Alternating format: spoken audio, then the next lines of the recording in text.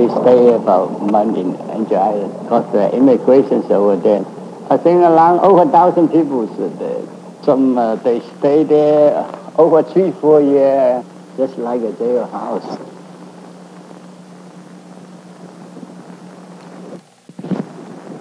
I left my village behind me, and now I miss the bridge and flowers.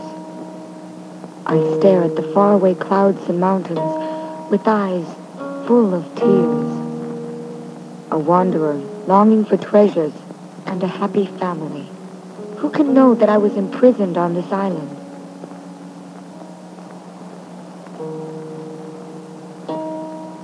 We wooden cells barely cover our bodies. Imprisoned in one corner of the island, full of misery I can't express. Waiting for the day I have the power in my hands. I'll wipe out the immigration center without mercy.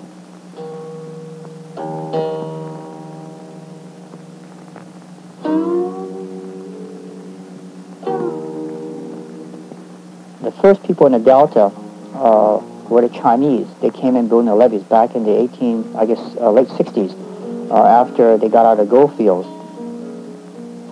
In those days, Chinese were just like the Latins now. You could see us all over the valley, moving by the season. We worked on tenant farms where Chinese grew fruits.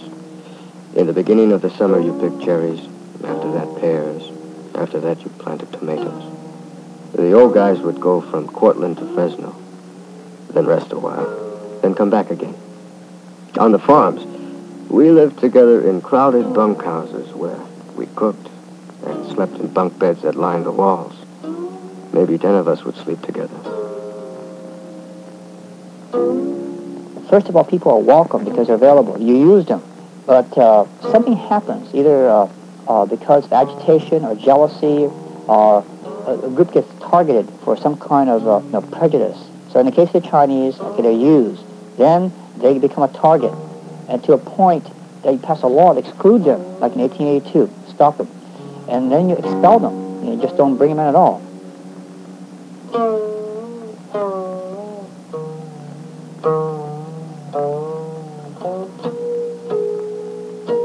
Even though some of the white assault the Chinese people, they just run and get away from them. That is for the older men.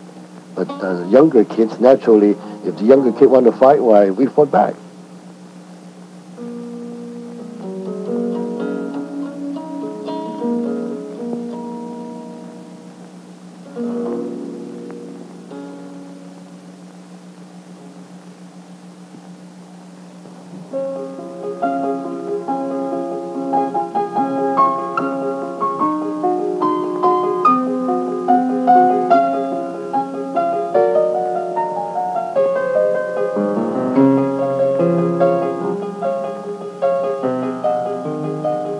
In the Delta, people are able to get a law of land through the Swamp Act. The stories go, that enterprising entrepreneurs proved that this area qualified in the Swamp Act by taking horses and having the horses drag a boat and saying that, they're therefore swampy.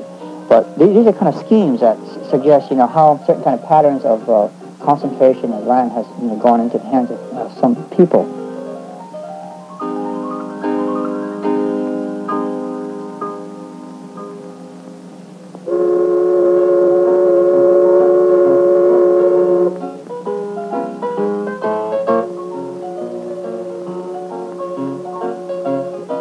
A lot of farms were owned by white people with Asian leasing or farming on a share basis. White people seldom did any manual labor.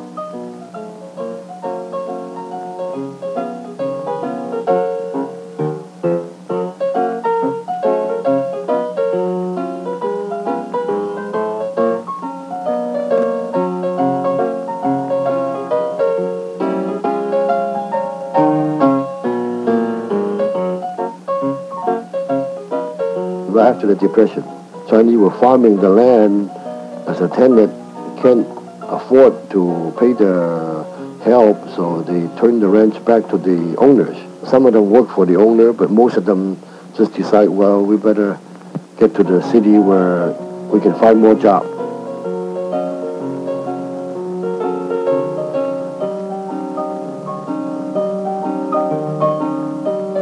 But the social condition is still there. Agriculture is still going on. You need the labor.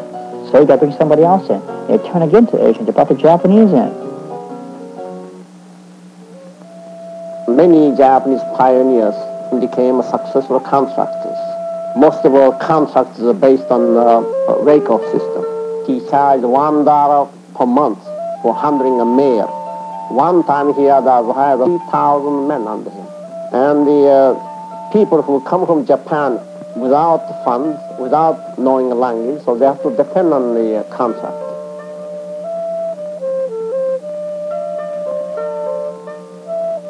Many Japanese, seems to me, according to the story, they were happy because, they worked there, the regular income that which they didn't have in Japan. And they were able to save some money and send back to Japan. And this idea, American dream they had, someday I'll own the land and I'll be an independent farmer.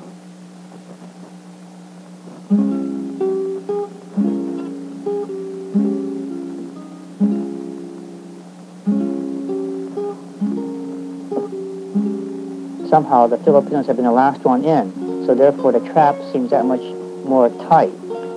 Everything that was working against the other Asian groups have worked against the Filipinos. The main difference is that they were caught in this labor cycle at the tail end, so they're not only exploited by the white man, but exploited by the other Asians, because by this time there are Japanese farmers, Chinese farmers they're working for.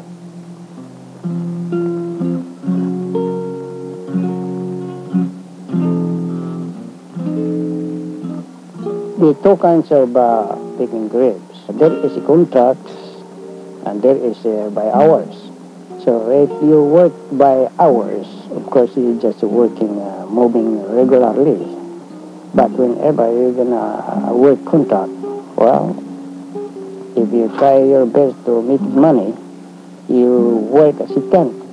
But I could not hold around here to work because this time, I take care of my body, I'm 71.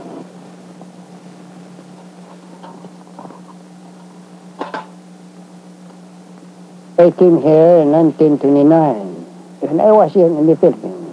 Of course, I dream all the time in United States of America.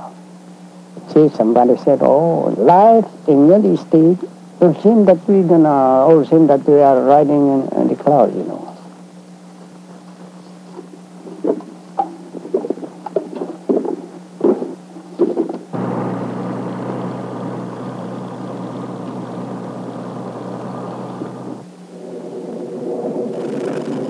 Unlike the other Asians who become stabilized, which they've had a chance to raise families, the Filipinos were also victimized by anti-miscegenation laws.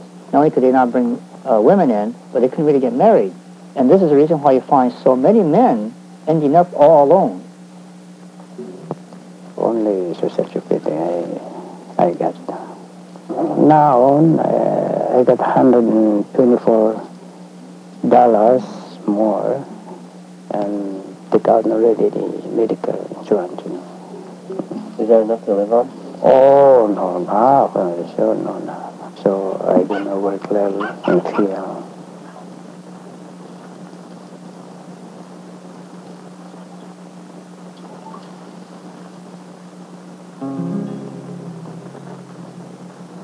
When I arrived this country, in that time, most of the plantation were asparagus industry, there are lots of Filipino stay in this area. I stay about more than 20 years now.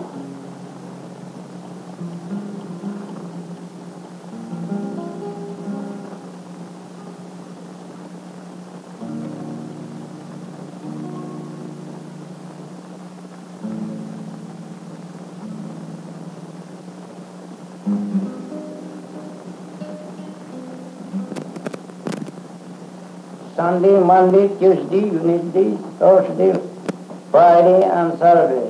Let's pronounce them again together. Sunday, Monday, Tuesday, Wednesday, Thursday, Friday, Saturday. Very good. The blue dress is my choice. Very good. It is your choice, huh? All right, the last one, Mr. Pelino. Mr. Brown was Jewish.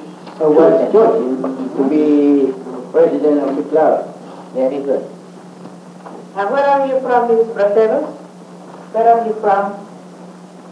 I'm more interested in helping the adult students to function, especially in this country with the barrier of so many languages and dialects. They need to be helped. What I'm doing there is to help them at least graduate in the 8th grade level.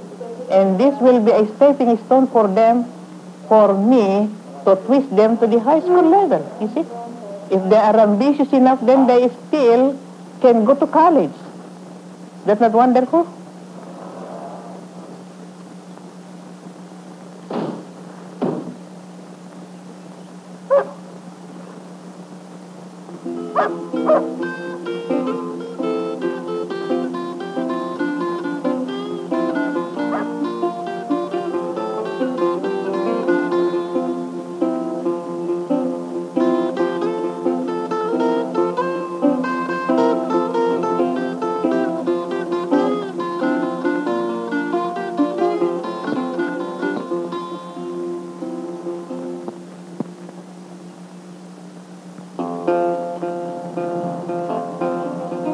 You know, our life, we don't know what to come, but you know, if we have work and have a good condition, something like that, good health, I'm going to work.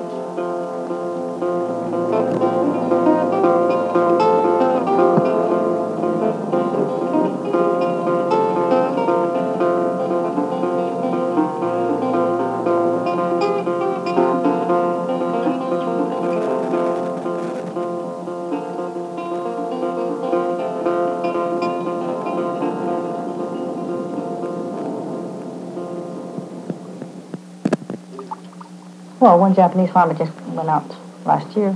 He got eaten up by economics. Rented the harvest machines from the cannery, but hired his harvest crew. That took an awful lot of money. Are they finished? Oh, you sit down here. Only part we got is this 150 acres ours, and the rest is leased out. Some of it is shared crop. You're not sure from this year to the next year you're going to still have land to farm.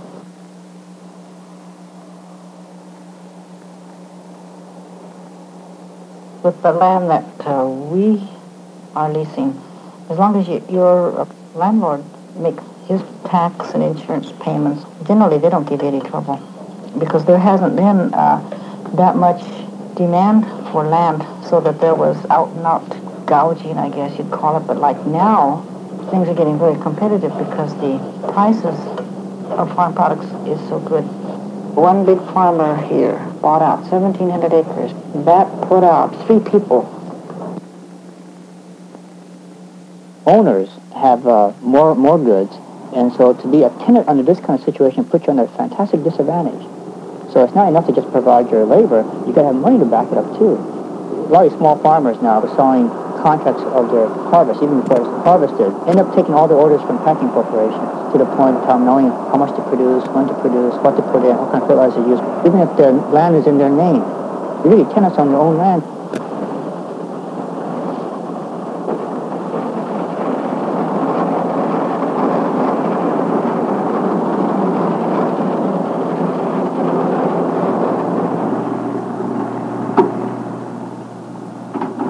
I'm a person that needs the sun, and I think that's probably one of the biggest things about farming is that you're close to the elements.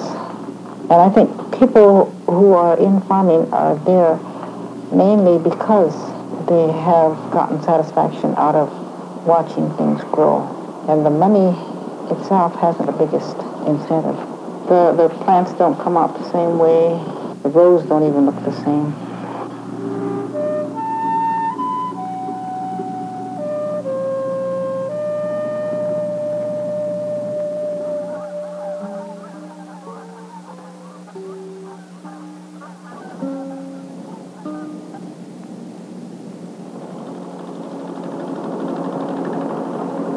Corporate farming is so big, they are oil people. They are like Coca-Cola, Pepsi-Cola. This farming is just a subsidiary of the corporation.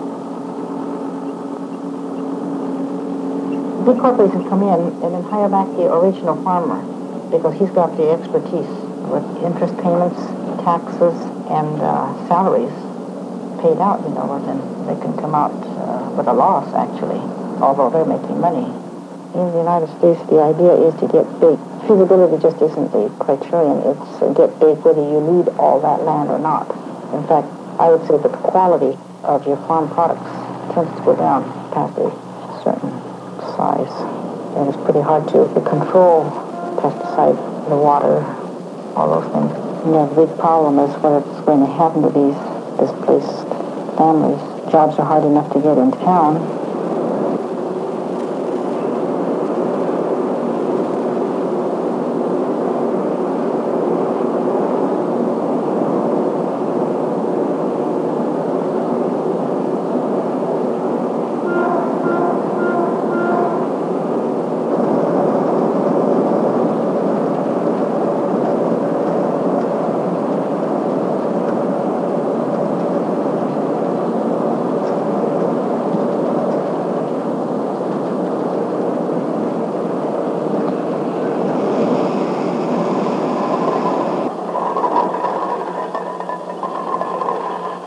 It's not like before, where everybody is just like a family. But today, everybody is just a number. I think it's in the minds of a lot of people who really have some faith in just people in general. And the fact that if you have a Bible society made up of everybody, made up of people who have some sense of pride in what they're doing and that they count. The basis of a open democratic society is not so much the right to get ahead, but the right to get started. And that's what's being lost when you get big corporations coming in and people getting removed, or people just becoming tenants and all that. People have no more say.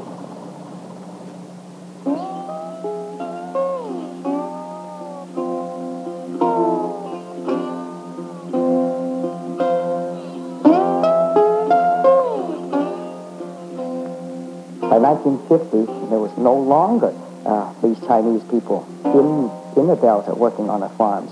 So just slowly, not only the whole Delta's Chinatown died out.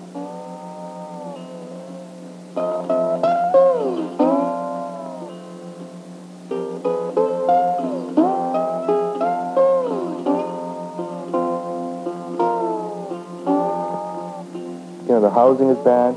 You know, most of the houses are wooden. You can't get fire insurance. If there's ever a fire, the town goes up. But like people accept the situation. They're careful. It's nice. I mean, not the living situation itself, but the way that people react to the given situation. They react very, very well. And like I'm very proud to come from the town. But if you go through La, you can tell that's a ghetto. There's no doubt about it. Tourists come by, they think it's quaint. They think, oh, look at the funny Chinese man. You know, they look at the gardens, and they think it's very quaint. You know, and it's a tourist trap. You know, but people actually live there. I mean, the reason why they have the gardens isn't for relaxation or exercise. It's necessity. They cannot afford food, you know, and they have to grow it themselves. The Delta is in many ways similar to the place where they came from, out of the Pearl River, the pontoon cross, landscape, weather, the tenure system. They're all, So there is an irony to this whole thing. You know, people leave to try to get away from something, and they find themselves trapped in the same situation they left in the first place. Most of the people are old, and they've experienced a lot of life. They have a lot to offer if you talk to them. I used to go fishing a lot, you know, and you get up at 5 o'clock in the morning, and you go out there, and these guys are already out there, you know. They beat you out there. No matter what time you're out there, they're out there already, you know, and they all get together, and they rap, you know. And they talk about different things, and like, that helped me retain my Chinese, too. And we talk, and they're into what I'm into, and I'm into what they're into, and like, that was a very good trip. And right now, it's being corrupted. There's a lot of tourists coming in, and they don't really fully appreciate what the Delta is. And it's just like a tourist attraction, and they come by, and they throw their garbage all over the place, and they don't watch what they're doing. They have a good time, maybe, but they forget that people live in the area.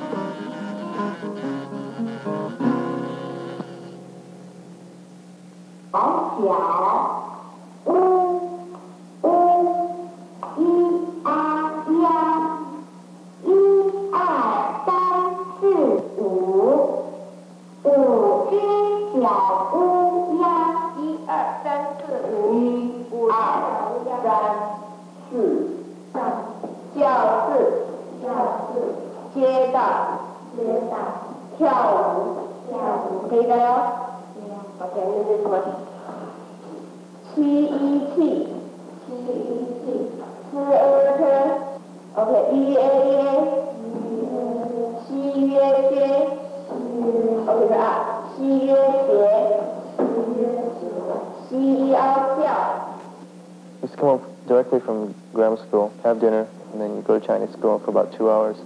I didn't take it seriously. None of the kids took it seriously. It was just like going to church. We were forced to go. And we'd write a composition in Chinese, take dictation. We can read out of a book. We started to speak pretty well. I got out of it in the 7th or 8th grade, and that was it. I lost all of it. I feel a great loss by that. All the kids move out, and there's nothing to hold them there. And a lot of them, until they get older, don't realize what the Delta can offer as far as just the country life, you know. And it's slow-paced and like very communal, at least among the young people. There's, you know, a good feeling of brotherhood.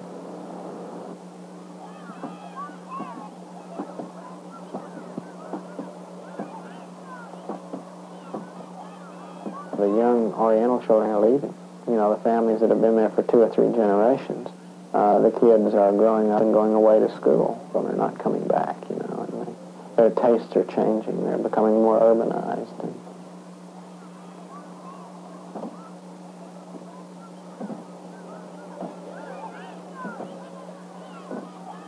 there isn't any opportunity for younger people to stick around in this rural area.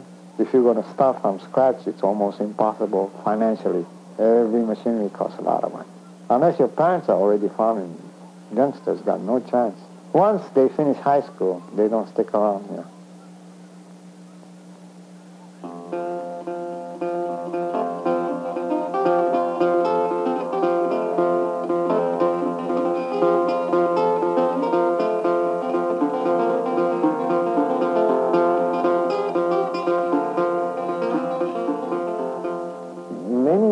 kids, you know, whose families are established in the Delta and have been for years, you know, will go away to school, either Cal Poly or Berkeley or someplace like this, and come back because, you know, they're landed to start with, and, you know, they are sort of gentry, and they tend to come back.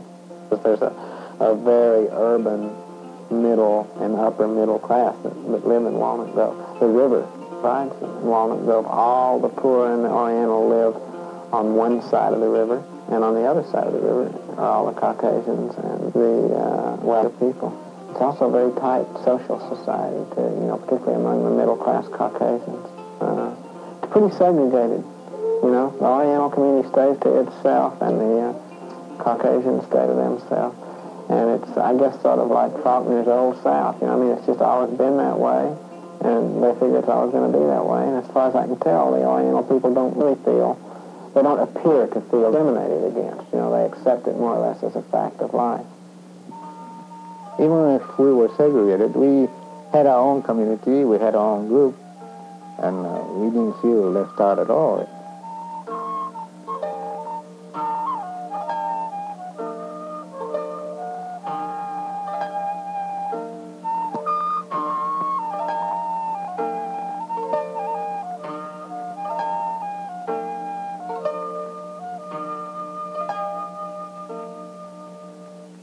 Well, I was the initial director and chief counsel of the Legal Aid Society of Sacramento County.